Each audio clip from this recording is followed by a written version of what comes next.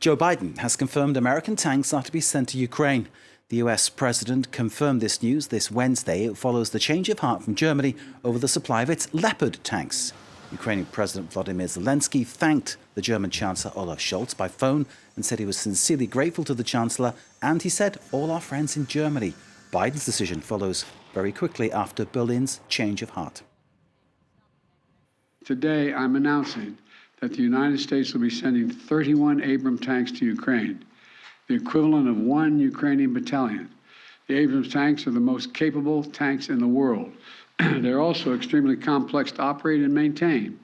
So we're also giving Ukraine the parts and equipment necessary to effectively sustain these tanks on the battlefield. And we'll begin to train the Ukrainian troops on these issues of sustainment, logistics, and maintenance as soon as possible. US President Joe Biden with that explanation. Let's bring in John E. Herbst, Director of the Eurasia Center, former US Ambassador to Ukraine, for some analysis. John, thanks for being with us. Would you say this latest announcement adds up to effectively a game changer for Ukraine? It's an important contribution to Ukraine's security, but it is not a game changer. There are several other weapon systems which, if provided in conjunction with the tanks, might be a game changer, but this is not. The fact that Germany made the move and the US followed, what do you read into that? Well, I think the Germans were reluctant to make this step.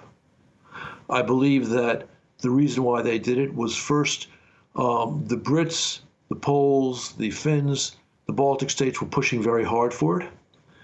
And this, I think, helped move Scholz's decisions. The fact that he was being made a figure of fun, they turned his last name into a word suggesting waffling, play a role too.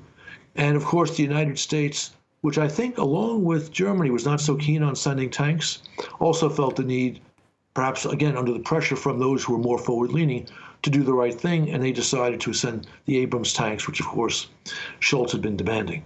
So the noises that were made by the others made Germany and then the US follow and act. Is it fair to say that their support and their demonstrable hardware support is something that is essential for Ukraine to progress? I would say it's extremely helpful. Whether or not it's essential, we will see. But again, I think there are other weapon systems which are actually more important.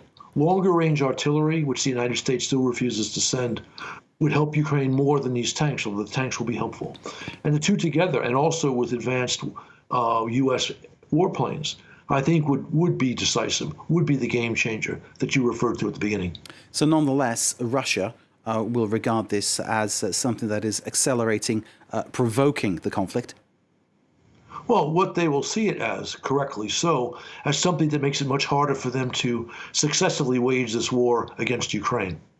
And that's a good thing for Western interests. How quickly, John, do you think these things will be in operation? We're talking about a couple of months, aren't we, before these things are actually on the ground?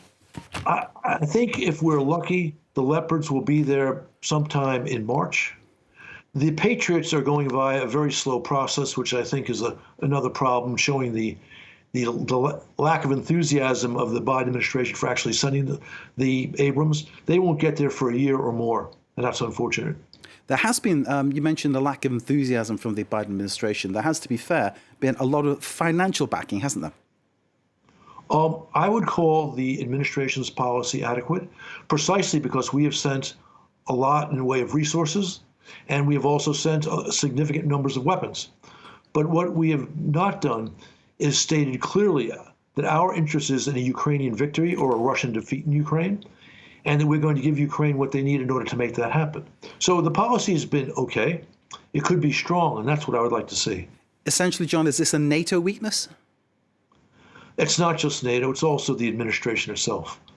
The Biden administration has done well at consulting with the allies, but they have let the allies who are more timid, the Germans, for example, to dictate the pace, rather than the allies who understand how important it is to defeat Putin in Ukraine, like the Poles and the Balts, and our future allies, the Finns and the Swedes.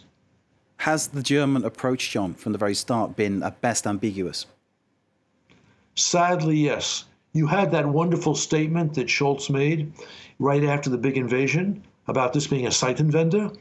but we haven't seen so much the vendor that we were hoping for. It's come way too slowly.